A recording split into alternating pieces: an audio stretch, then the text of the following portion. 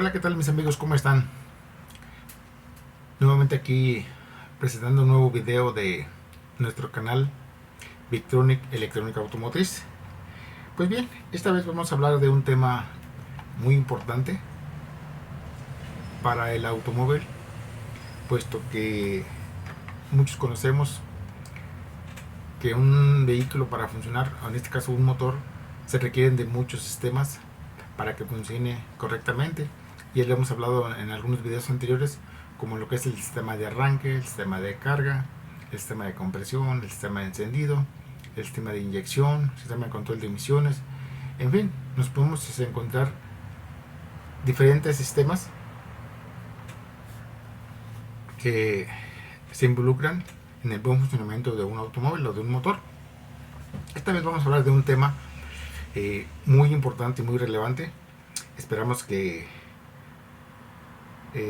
les sea útil en sus prácticas, en su centro de servicio, puesto que es un tema que domino bien, puesto que yo he estado trabajando diagnóstico y reparación de vehículos en lugares muy extremosos, en lugares muy calientes, en lugares muy fríos, y pues me he dado esta experiencia y el conocimiento ahora para compartírselos. Pues bien, los temas que vamos a abordar en este pequeño video son de fallas, soluciones del sistema de enfriamiento automotriz.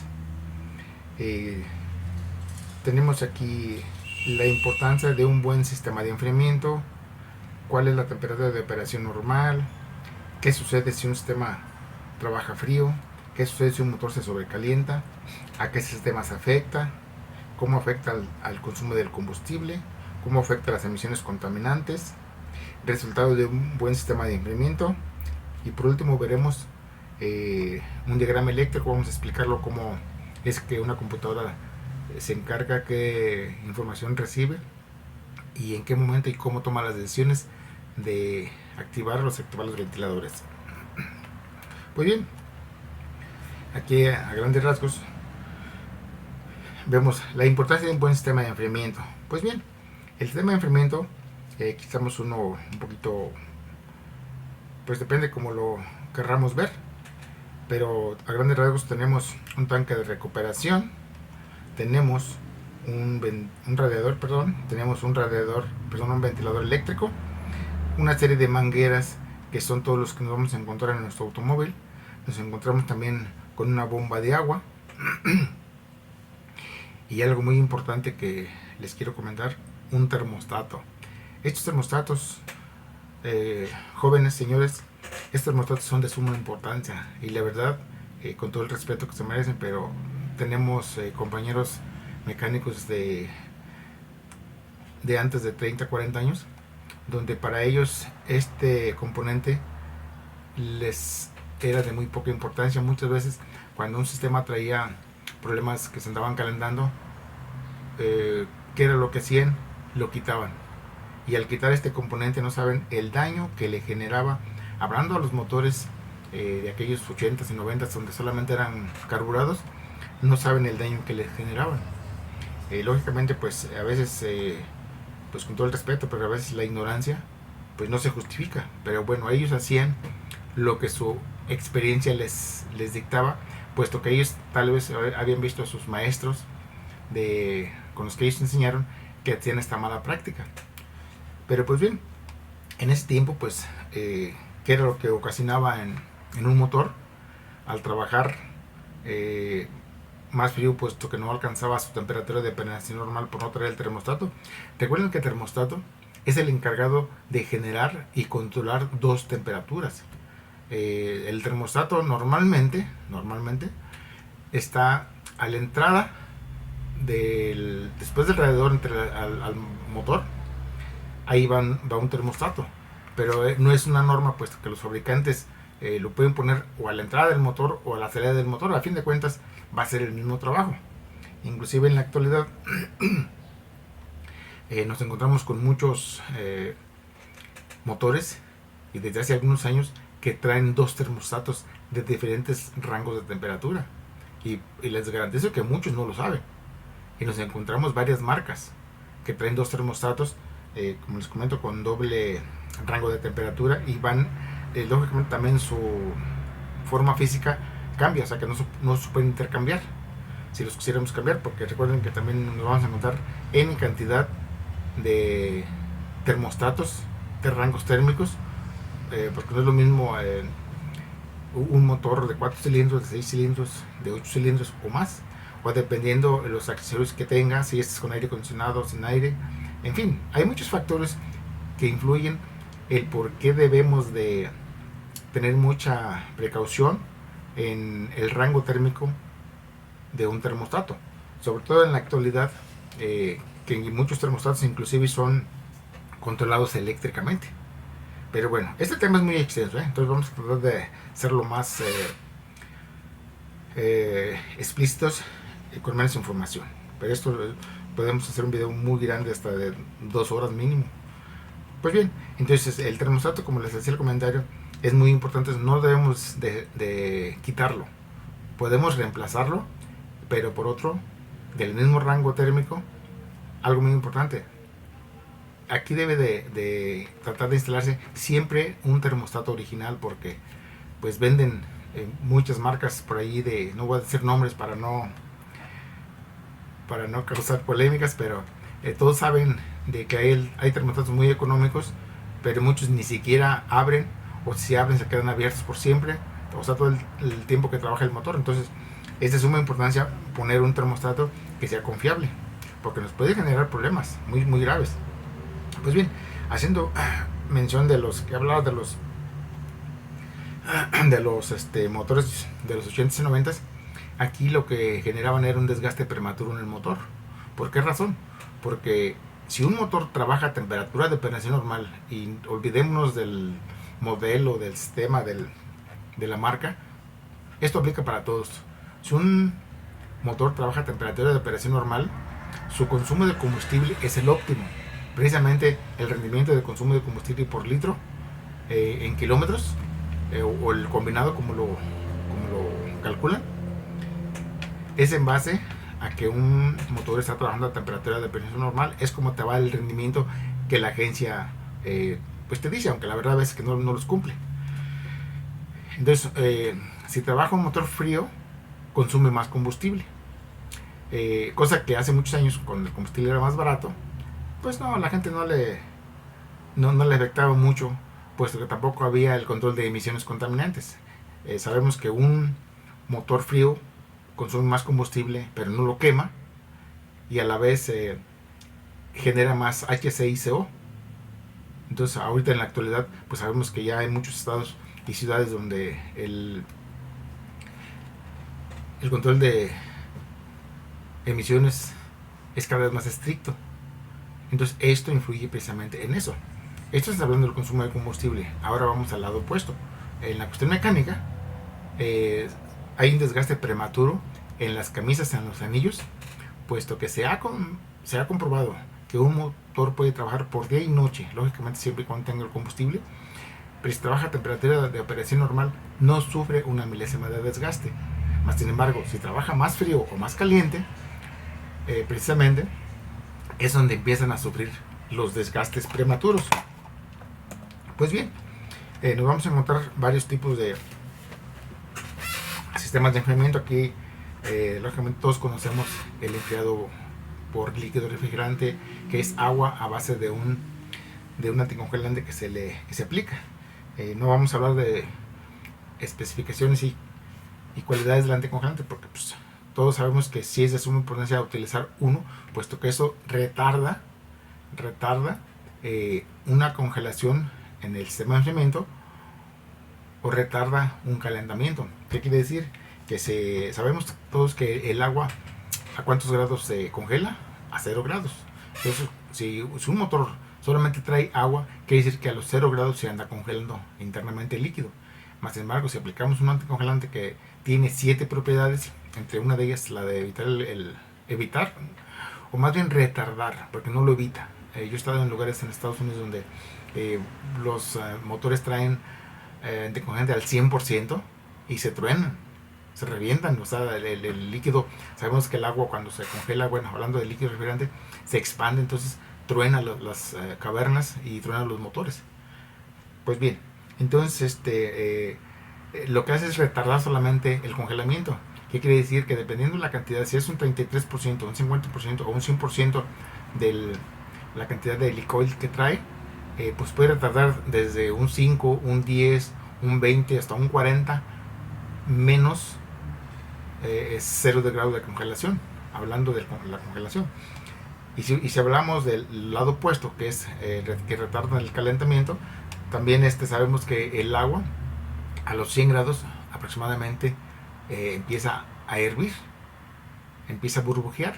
Entonces cuando trae un buen anticongelante, ese grado de los 100 grados de la ebullición se puede retardar hasta los 130, 125, más o menos, eso ya depende, hasta 140, pero tiene que ser un anticongelante muy bueno. Entonces, ¿qué quiere decir? Que esto ayuda para que no se descompensen o se vaya a congelar o vaya a calentarse de tiempo. Entonces, aquí la importancia del sistema de enfriamiento.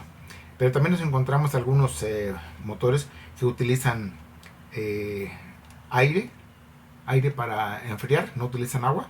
Por ahí lo tuvimos muchos tiempos con los Volkswagen, algunos Porsche que tenían motores similares alemanes. Entonces acuérdense que esos traían adicionales unos como enfriadores de aceite, o también traían una especie de radiadores.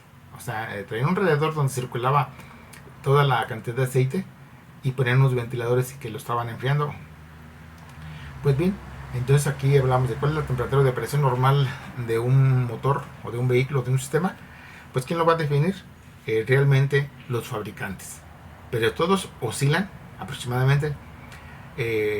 Algunos los han puesto las instrucciones a la computadora que los 95, 96 grados enciendan sus ventiladores y los apaguen a los 100, 102, más o menos, dependiendo. Es que todo depende del fabricante, porque en la actualidad nos podemos encontrar algunos fabricantes, por ejemplo hablando de Ford, hablando de General Motors, que activan sus ventiladores hasta los 115, hasta los 118 grados. ¿Y por qué permiten elevar más esta temperatura? Pues muy sencillo, porque todo motor o todo sistema que trabaja a una temperatura mayor hacen una mezcla aire-combustible más perfecta. Entonces, por eso es que los fabricantes elevan cada vez más las temperaturas de operación normal de sus motores. Entonces aquí lo veríamos de acuerdo a los fabricantes. Pues bien, retomando un poquito el tema, dice, ¿qué sucede si un sistema trabaja frío o qué sucede si un motor se sobrecalienta? Pues bien, ya hemos capitalizado un poquito esto. Ya hablamos de que si se trabaja frío un motor, pueden ser varias razones. Una, que le quitan el termostato. Esta es muy común. Aunque ahorita en la actualidad muchos motores, muchos sistemas no lo permiten, porque han hecho unos tipos de configuraciones para que se circule y recircule el agua, que si ustedes quitan el termostato, el agua toma otras vías, y a lo contrario de que no se calentara, se calienta. Entonces por eso es que en la actualidad es más difícil realizar ese tipo de prácticas de quitar los termostatos. Se tiene que hacer un diagnóstico y reemplazarlo. Pues bien, entonces ya hablamos de que si se trabaja frío, vamos a decir muy rápido. Si trabaja frío, ¿qué va a suceder? Van a gastar más combustible, porque las computadoras, se creen que ya los sistemas vienen computarizados. Las computadoras saben que cuando un motor esté abajo de la temperatura de operación normal, van a tratar de incrementar el ancho de pulso de inyección, porque ellos saben que tiene que calentar ese motor, no le importa el tiempo que se tarde. Entonces por eso, si no trae el termostato, o si trajera el ventilador fijo, que también es muy común a veces por ahí por malas prácticas de los eléctricos, ponen el ventilador directo. Entonces el ventilador pues no corta, y pues ¿qué hace? De alguna manera está enfriando de más el líquido refrigerante o el motor a la vez. Entonces trabajar frío, ya sabemos que incrementa el consumo de combustible, y se incrementan los gases contaminantes como son los HC y los CO. O si se sobrecalienta, también los gases se salen de rango, porque empiezan a generar los CO, los HC, y aquí cuando hay más temperatura se genera otro gas muy peligroso que se llaman los gases NOx. En fin, entonces tan malo es que trabaje frío como trabaja en caliente. Entonces por eso es que se denomina un rango de temperatura de operación normal de todos los motores y todos los sistemas. Bien, aquí a qué sistemas le afecta, cómo afecta el consumo de combustible, cómo afecta las emisiones contaminantes. Pues bien, lo acabamos de comentar un poquito. Pues si el motor trabaja abajo de la temperatura de operación normal, pues ya sabemos que va a haber un incremento de combustible. Igual se van a afectar las emisiones contaminantes. Y si trabaja más arriba de la temperatura de operación normal, también va a afectar al consumo de combustible, porque entregaría una cantidad de combustible menor, inyectada lógicamente. Y las emisiones contaminantes, acabamos de hablar de que se incrementan un gas más. Todos los motores generan 5 tipos de gases, pero son 3 los más delicados, que son los HC, los CO y los NOx, que son monóxido de carbono, hidrocarburos, y los gases NOx, que son los que se generan por altas temperaturas. ¿Y cuáles son los componentes que se involucran en todo esto? Pues lógicamente sabemos que el termostato, acabamos de hablar, que es de suma importancia, cumple una función muy importante en el sistema de enfriamiento. Recuerden que tenemos aquí algunos componentes, tenemos hablado de ellos, pero sí tenemos la bomba de agua, el tanque de recuperación, donde va el termostato. Recuerden que también tenemos un ventilador de la calefacción, donde también hay un radiador, donde todo el líquido refrigerante que hay en el sistema, una gran parte entra al habitáculo o abajo del tablero y regresa. Esto es para qué, para que en lugares muy fríos, o como cuando hay en invierno, los vehículos están muy fríos internamente. Entonces aquí hay este confort de que como aquí hay agua caliente y se prende este ventilador,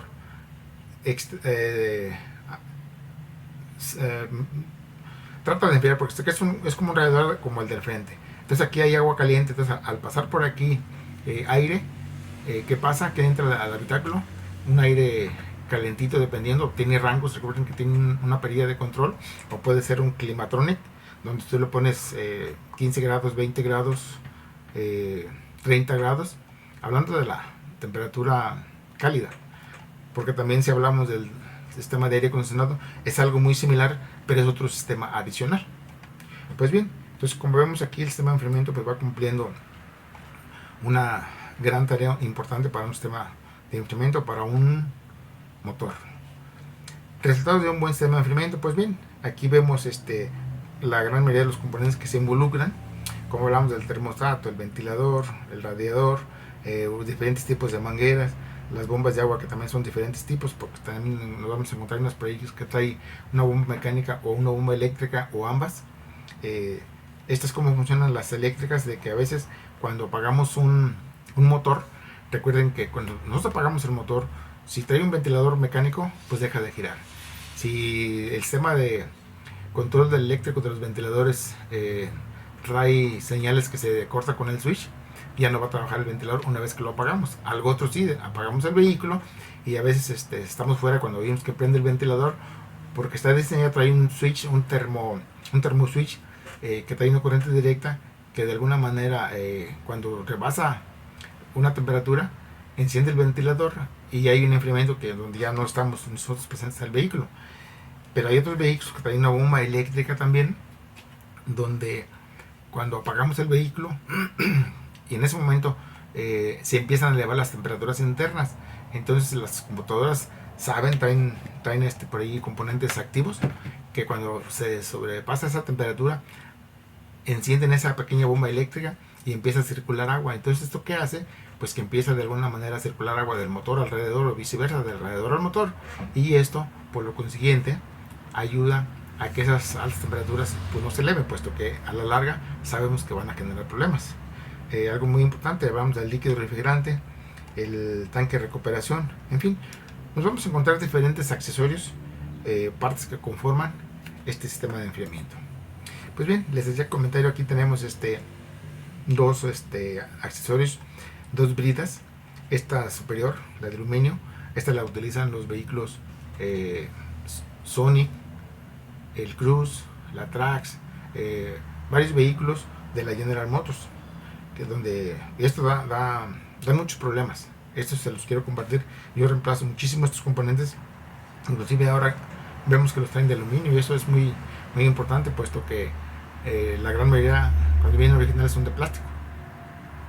Otro componente, que estos son de la marca Volkswagen, donde llevan varios vehículos de los 1600, como el Golf, el CrossFox, varios. Entonces estas tubos son muy dados a que se dañen o se revientan, se deforman. Pero pues bien, para eso estamos nosotros, para corregir este tipo de problemas. Aquí vamos a ver un pequeño diagrama, esperamos que lo entiendan y se comprenda. Aquí estamos hablando este es un diagrama de un Cruze 2014. Como sabemos, aquí trae varios relevadores, pero estos relevadores, recuerden que ya los trae en una caja de fusibles, o inclusive algunos traen se les denomina TIPM, o módulo de energía inteligente. Muchas marcas han incrementado este tipo de módulos, o hasta computadoras puedan ser, puesto que estos internamente traen procesadores, traen memorias, traen líneas de comunicación que se comunican con los demás computadoras. En fin, el sistema de enfriamiento ha evolucionado al igual que todo.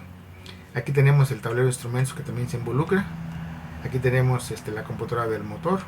Aquí tenemos dos sensores de temperatura, te explicamos más o menos. Y en esta parte tenemos nuestro ventilador con dos velocidades. Aquí es muy importante también de comentarles que se han modificado tanto los controles del sistema eléctrico, hablando del sistema de enfriamiento o control de los ventiladores, de que nos encontramos con sistemas que trabajan una vez que se activa lógicamente el sistema que se requiere el enfriamiento, activan un ventilador al 100%. ¿Es correcto? Nos vamos a encontrar sistemas donde traen sistemas de enfriamiento o ventiladores que trabajan con dos velocidades. Eso es con un arreglo eléctrico. Trabajan en baja, que sería el 50%, o si se eleva la temperatura un poco más, trabajan al 100%. Aquí ya empezaron a jugar un poquito con la electricidad y la electrónica, pero esto beneficia, puesto que si no requiere si no está muy caliente el motor, pues con una mediana velocidad lo enfrían, ya que si se requiere más capacidad de enfriamiento, activan el ventilador en la velocidad alta y trabaja al 100%. Entonces pues hay una gran capacidad de enfriamiento. Pero nos vamos a encontrar también con sistemas donde los ventiladores ya los controlan por ciclo de trabajo o modulado por ancho de pulso. ¿Cómo es esto? De que ciclo de trabajo significa que unas computadoras mandan la señal directa a un relevador o a un componente electrónico, donde pueden mandarle que el ventilador solamente trabaje al 15%, al 20%. O sea, estos sistemas rara vez trabajan ni al 50%. ¿Por qué? Porque todo es paulatinamente, es gradual. Entonces lo más que yo he visto que trabajan es al 35%. Y con eso ayudan también a que no sea una carga para el sistema en consumo de electricidad. Hay varios factores. Hay otros que trabajan modulado por ancho de pulso, donde también trabajan más lento, de lento a medio o más alto. Todo depende de las marcas, pero que hacen que a veces ni siquiera escuchamos que los ventiladores se activan. Y más sin embargo, si los analizamos o si vemos un equipo de diagnóstico donde dice ventilador activado o desactivado, ahí nos damos cuenta que están trabajando. Entonces han evolucionado bastante. Pues bien, aquí vamos a hablar un poquito de estos componentes que se involucran para activar los ventiladores de un Cruze 2014. Entonces hablamos de que esta era la caja de fusibles, hablamos de que este era el tablero de instrumentos, la computadora del motor, los sensores de temperatura del refrigerante o sensores CTS y el ventilador. Entonces, como todos sabemos, todo lo que se requiere aquí para funcionar, tenemos varias señales, desde la señal positiva, desde las señales negativas, puesto que todo el componente eléctrico o electrónico requiere de esas señales para funcionar. Ya otros componentes que se involucran, como son los sensores, que mandan información a la computadora para que esta a su vez haga su trabajo. Pues sí, en General Motors nos vamos a encontrar con dos sensores de refrigerante, uno que va en el radiador y otro que va ¿dónde? En el motor, en cualquier parte del motor. Bueno, aquí normalmente lo podemos encontrar en estos vehículos donde le hacemos comentario, va en esta brida donde vamos a encontrar el sensor para el tablero y el sensor para el que va a la computadora. Entonces, pues bien, entonces aquí estos cómo funcionan, de que activan uno o activan otro y la computadora se encarga de a su vez hacer funcionar otro tipo de relevadores para así saber, estos relevadores controlan los otros relevadores, que en su momento en estos relevadores vamos a tener el control del ventilador en la velocidad baja o media y en la alta. Entonces, como se dan cuenta, estos relevadores son muy comunes, muy susceptibles a que con el tiempo fallen, y tenemos que tener la capacidad de encontrar cuál es el que no está funcionando, porque el resultado final va a ser que el ventilador no va a funcionar, o a veces nomás funciona en la velocidad alta, o a veces nomás funciona en la velocidad baja, o a veces definitivamente no funciona, y eso nos generan calentamientos.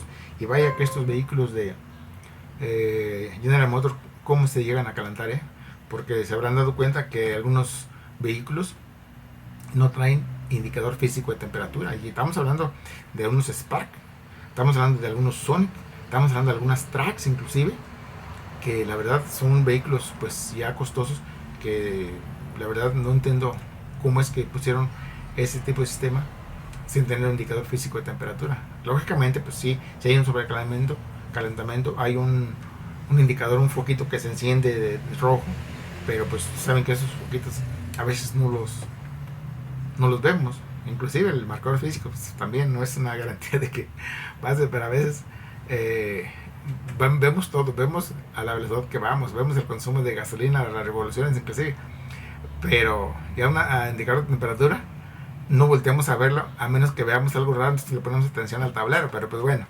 eso ya son cosas curiosas que nos pasan. Pues bien, entonces como se darán cuenta, también aquí se involucran las redes de comunicación. ¿Por qué razón? Porque hay más computadoras que requieren saber a qué temperatura está funcionando nuestro motor. Aquí por ejemplo tenemos el tablero, y podemos hablar de muchas computadoras, de muchos sistemas donde se involucra la temperatura, el aire acondicionado, la transmisión automática, el control crucero, en fin. Entonces, como se darán cuenta, creo que no es tan complejo una vez que estamos familiarizados con este tipo de sistemas. Pues bien, aquí entonces les decía, miren, aquí tenemos el relevador de control de la velocidad baja, que sería este. Aquí tenemos el control del reloj de la velocidad alta, estos dos son los que van a involucrar, y tenemos más, sin embargo, tenemos otro que dice control del relevador de la velocidad del ventilador, y tenemos otro que dice control del relevador del ventilador, y tenemos un tercero o un quinto, dependiendo de cómo lo queramos ver, donde dice Speed Relay Medium Fan Control. ¿Qué quiere decir? Que estos ventiladores son los encargados de activar a estos completamente. Todos sabemos que un relevador funciona, su bobina que hace activar el platino que cruza el voltaje, puede ser voltaje tierra o corriente de un lado hacia otro, siempre va a ocupar activar la bobina. Entonces esta bobina, de hecho hablando del relevador de baja velocidad, tenemos que de la caja de la TIPM o la caja de fusibles y de relevadores, tenemos un voltaje, por ejemplo un fusible de 10 amperes, el fusible número 46, donde llega a un lado de la bobina, que es el 85 del relevador de baja velocidad, y por el 86 en algún momento va a llegar una señal que va a activar para que a su vez el mismo voltaje que viene del fusible 42 de 60 amperes que viene, se posiciona precisamente a la cavidad 30 del relevador. Mientras, hasta que no se active la bobina, esta señal va a cruzar para llegar a ¿dónde? Precisamente a activar el ventilador. Entonces, aquí esperamos que la 86 se active. Esta 86 se va a activar cuando tenemos el relevador, el 1, el 2, el 3, el 4. Vamos a catalogarlos como 4 y 5. El número 4 se va a encargar de activar por medio de una tierra que lleva en la cavidad 87. Por la 30 va a salir. Pero ¿cuándo? ¿En qué momento? Cuando la computadora del motor active la señal de baja velocidad, nos lo va a mandar por esta cavidad y va a llegar a la 86. Recuerden que ya tenemos la 85. De hecho, todas las bobinas son energizadas con la misma señal de esto. ¿Qué quiere decir? Que si se truena este fusible, realmente no funcionarían nuestros relevadores. ¿Es correcto? Entonces, por aquí tenemos activadas todas una bobina, 2 bobinas, 3 bobinas y 4 bobinas. No, inclusive la quinta también. El que tiene el número 1. Todas son activadas el momento que abrimos el switch. Pues bien, entonces cuando la computadora del motor recibe señales de los sensores de refrigeración, por la cavidad 44 sale una señal negativa donde va a llegar al relevador número 4, activa la bobina y en este momento, ¿qué es lo que va a hacer? La tierra física que estaba en espera por el cavidad 87 cruzaría por el 30 y ¿qué nos va a activar? Nos va a activar el tercer relevador con la cavidad 85 y nos va a activar la 86 del ventilador de baja velocidad. Entonces automáticamente, como aquí ya teníamos un voltaje por la 30, este voltaje cruza y nos llega ¿a dónde? Al embobinado del ventilador y nos haría trabajar el ventilador. Nos haría trabajar el ventilador en la mediana velocidad. Pues bien, ¿qué sucedería si ahora nos pasara no fuera suficiente la cantidad de aire que está produciendo el ventilador para a través del radiador? Entraría la segunda velocidad y esa segunda velocidad saldría por la cavidad número 15, un cable café con amarillo, también llegaría a la terminal número 2 del quinto relevador, porque recuerden que podemos tener 1 y 2, 3 y 5, o 85, 86, 30 y 87. Pues bien, entonces llegaría aquí y esto a su vez nos activa la terminal 2 del segundo ventilador, y como ya teníamos activado la 1, ahora el voltaje del relevador número 2 saldría por la cavidad número 5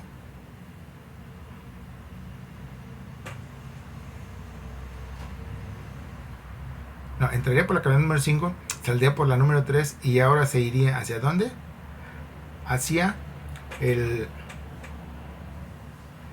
la bobina del ventilador y nos entraría a trabajar con una alta velocidad. Pues bien, como se darán cuenta, realmente es un poquito delicado estar leyendo estos diagramas. Lógicamente aquí lo hacemos con mucho gusto y lo hacemos con calma, pero esto tiene mucha información. Inclusive la marca Ford también maneja una serie de 5 relevadores, pero aquí ellos utilizan una estrategia a fallas de sistema de enfriamiento muy buena y mucho más compleja que esta. Pues bien, esperamos que con esto les hayamos explicado un poquito de la importancia de un sistema de enfriamiento en un motor, ya sea de la primera, segunda o tercera generación, o la última generación, como le quieran nombrar. Esa es una importancia para el consumo de combustible, para un desgaste prematuro del motor y un buen funcionamiento. La verdad, pues hasta aquí dejamos este video. Recuerden suscribirse a nuestro canal Victronic Electrónica Automotriz. Compartimos conocimientos con gusto. Nos vemos en el próximo video. Saludos.